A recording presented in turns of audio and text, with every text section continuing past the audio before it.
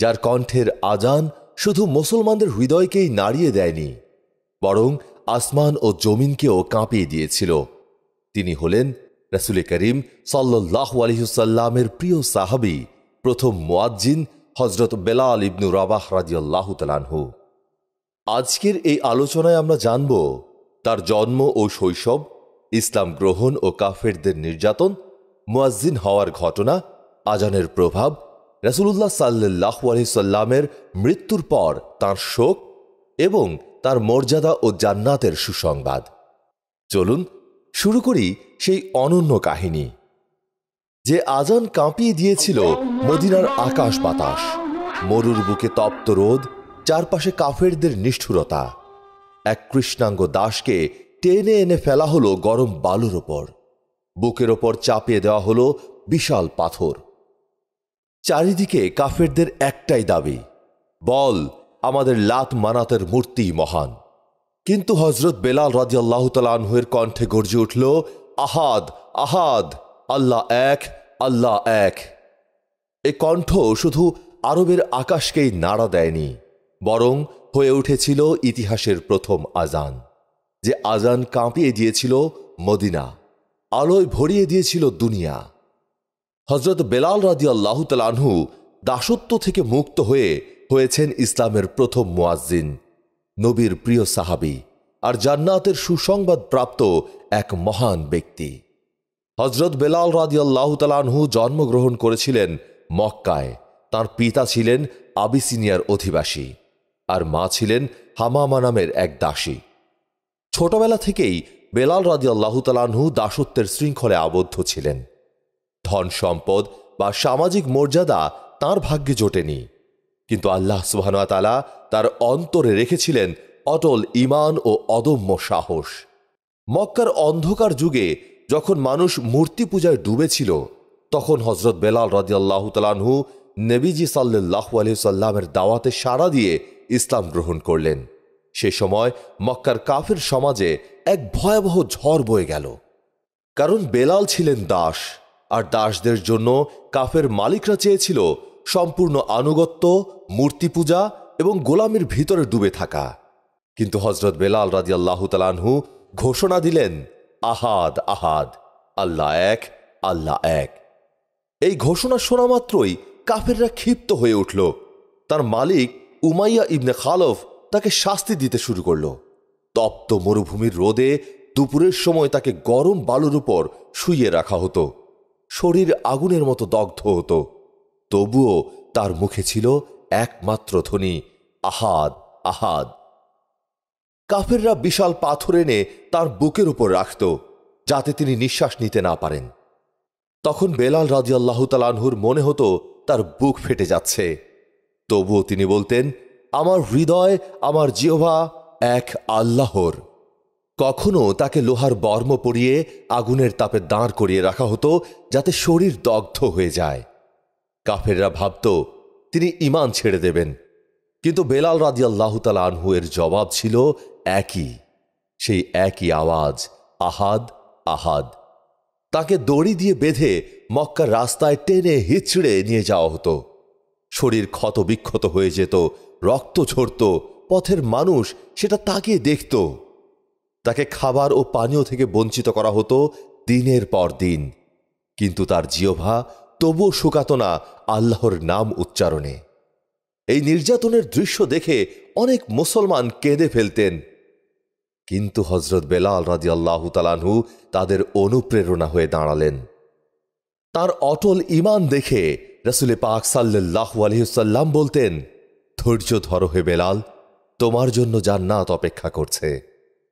অবশেষে হযরত আবু বকর সিদ্দিক রাদিয়াল্লাহু তাআলা আনহু তার মালিক উমাইয়া থেকে কিনে নিলেন তাকে এবং স্বাধীন করে দিলেন। দাসত্বের শৃঙ্খল ভেঙে গিয়ে তিনি ইসলামের প্রথম মুয়াজ্জিন হওয়ার মর্যাদা লাভ করলেন। এভাবেই হযরত বেলাল রাদিয়াল্লাহু তাআলা আনহু আমাদের শেখালেন, সত্য ও ঈমানের পথে দৃঢ় থাকতে হলে পৃথিবীর যে কোনো কষ্ট হাসি মুখে সহ্য করতে হয়। দাসত্ব, নির্যাতন, গরম বালিতে গড়াগড়ি খাওয়ানো, বুকের ওপর পাথর চাপানো, কোনো কিছুর বিনিময়ে তার ঈমান নড়েনি। তার মুখে শুধু একটাই শব্দ ছিল, আহাদ, আহাদ। নবীজি সাল্লাল্লাহু আলাইহি সাল্লাম তাকে অত্যন্ত ভালোবাসতেন। তার কণ্ঠে আজান শোনার পর নবীজি সাল্লাল্লাহু আলাইহি সাল্লাম বলতেন, হে বেলাল, আজান দিয়ে আমাদের হৃদয়কে প্রশান্ত করে দাও।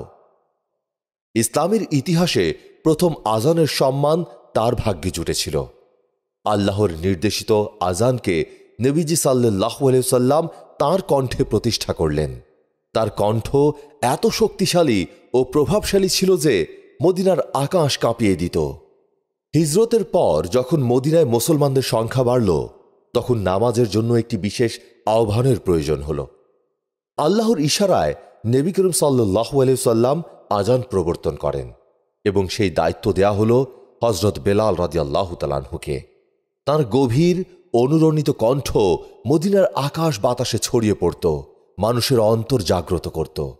রাসূলুল্লাহ সাল্লাল্লাহু আলাইহি সাল্লাম যখন দুনিয়া থেকে বিদায় নিলেন, তখন হযরত বেলাল রাদিয়াল্লাহু তাআলা আনহুর হৃদয় যেন ভেঙে টুকরো টুকরো হয়ে গেল। তিনি ছিলেন নবীজির প্রিয় মুয়াজ্জিন। প্রতি ওয়াক্ত নামাজে নবীজিকে আজান শুনিয়ে নামাজে ডাকতেন। কিন্তু নবী করিম সাল্লাল্লাহু আলাইহি সাল্লাম আর নেই, এই বেদনা তার অন্তর সহ্য করতে পারছিল না। তিনি কয়েকদিন চেষ্টা করেছিলেন আজান দিতে, কিন্তু যখন আশহাদু আন্না মুহাম্মাদার রাসূলুল্লাহ উচ্চারণ করতেন, তখনই কান্নায় ভেঙে পড়তেন। মানুষের বুক ফেটে যেত তার কণ্ঠ শুনে। সুতরাং তিনি আজান দেওয়া বন্ধ করে দিলেন। যখন বেলাল রাদিয়াল্লাহু তাআলা আনহুর কণ্ঠে আজান ধ্বনিত হতো, তখন মুমিনরা দৌড়ে আসত নামাজে, কাফেরদের অন্তরে কাঁপন ধরত আর ফেরেশতারা প্রশংসা করত। বিশেষ করে ফজরের আজান ছিল অত্যন্ত হৃদয়গ্রাহী। ইতিহাসে বর্ণিত আছে, সেই সময়ে নবীজির দুই প্রিয় দৌহিত্র হযরত ইমাম হাসান ও হযরত ইমাম হুসাইন রাদিয়াল্লাহু তাআলা আনহু তাকে আজান দেওয়ার জন্য অনুরোধ করেন। বেলাল রাদিয়াল্লাহু তাআলা আনহু প্রথমে দ্বিধা করেছিলেন।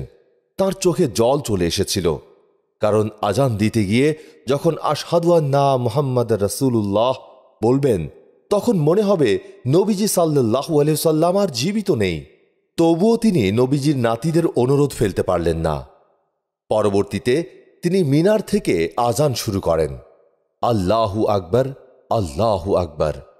তখন মদিনা শহরের প্রতিটি মানুষের হৃদয় কেঁপে উঠল যখন তিনি বললেন, আশহাদু আন্না মুহাম্মাদার রাসূলুল্লাহ, এবং মদিনার প্রতিটি মানুষেরা কান্নায় ভেঙে পড়ল, যেন পুরো মদিনা নগরী নবী করিম সাল্লাল্লাহু আলাইহি সাল্লামের স্মৃতিতে কাঁদছে।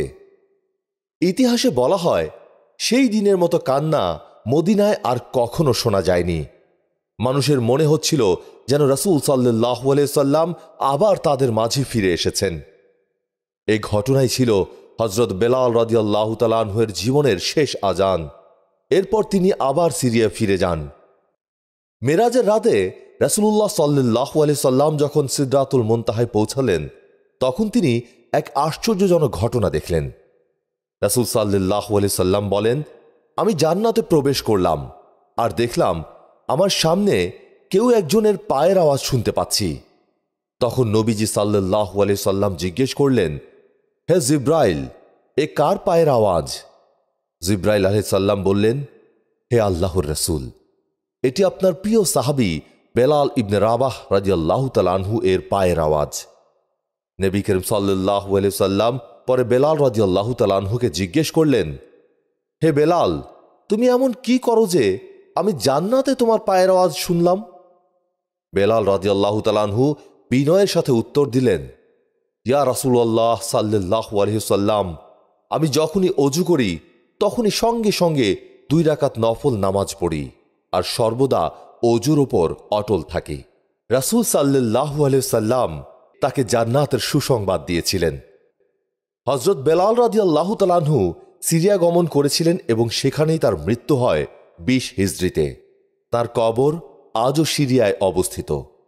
ইতিহাস সাক্ষী, তিনি দাস থেকে হয়েছিলেন ইসলামের প্রথম মুয়াজ্জিন, আর তার কণ্ঠে উচ্চারিত আজান কিয়ামত পর্যন্ত স্মরণীয় হয়ে থাকবে। হযরত বেলাল রাদিয়াল্লাহু তাআলা আনহু একজন কৃষ্ণাঙ্গ দাস থেকে হয়ে উঠেছিলেন ইসলামের প্রথম মুয়াজ্জিন। তার জীবন ছিল দুঃখ, কষ্ট, নির্যাতন আর অটল ঈমানের ইতিহাস। তিনি প্রমাণ করেছেন, আল্লাহর প্রেমে যিনি অটল থাকেন দুনিয়ার কোনো শক্তি তাকে ভাঙতে পারে না। রাসূলুল্লাহ সাল্লাল্লাহু আলাইহি সাল্লাম তাকে শুধু সাহাবী হিসেবেই নয়, হৃদয়ের খুব কাছের প্রিয়জন হিসেবেও ভালোবাসতেন। তার কণ্ঠে যখন আজান ধ্বনিত হতো তখন মনে হতো আকাশ থেকে ফেরেশতারা নেমে আসছে আর পুরো মদিনা কেঁপে উঠছে। এভাবেই হযরত বেলাল রাদিয়াল্লাহু তাআলা আনহু এর জীবন কেটে গেল নবীর ভালোবাসায়, আল্লাহর ইবাদতে আর ঈমানের দৃঢ়তায়। তিনি আমাদের শিখিয়েছেন ধৈর্য মানে কেবল সহ্য করা নয়, বরং ঈমানের জন্য সবকিছু ত্যাগ করা। আজান মানে শুধু নামাজের ডাক নয়, বরং আল্লাহর দাসত্বের ঘোষণা। দাসত্ব থেকে মুক্ত হয়ে প্রকৃত সম্মান কেবল আল্লাহর দ্বীনেই নিহিত। আজ আমরা যদি বেলাল রাদিয়াল্লাহু তাআলা আনহু এর জীবন থেকে শিক্ষা নিতে চাই, তবে আমাদেরও একনিষ্ঠ হতে হবে ঈমানের প্রতি। আমাদের মুখেও বারবার উচ্চারিত হোক আল্লাহু আকবার, আল্লাহু আকবার। কারণ সেই সুর মুসলমানের শক্তি, সেই সুর মুক্তির ডাক, সেই সুর কিয়ামত পর্যন্ত ইসলামের পতাকা উঁচু করে রাখবে। প্রিয় শ্রোতা, হযরত বেলাল রাদিয়াল্লাহু তাআলা আনহুর কাহিনী আমাদের সবার জন্য শিক্ষণীয়। এই কাহিনী আমাদের অন্তরকে নাড়িয়ে দেয়। তার আজান যেমন মদিনাকে কাঁপিয়ে দিয়েছিল, তেমনি আজও আমাদের ঈমানকে জাগ্রত করে। যদি ভিডিওটি ভালো লাগে তবে অবশ্যই চ্যানেলটি সাবস্ক্রাইব করুন, পাশে থাকুন আর ইসলামী ইতিহাসের আরও অমূল্য কাহিনী পেতে আমাদের সঙ্গে যুক্ত থাকুন। আল্লাহ আমাদের সবাইকে হেফাজত করুন এবং তার ইবাদত করার তৌফিক দান করুন।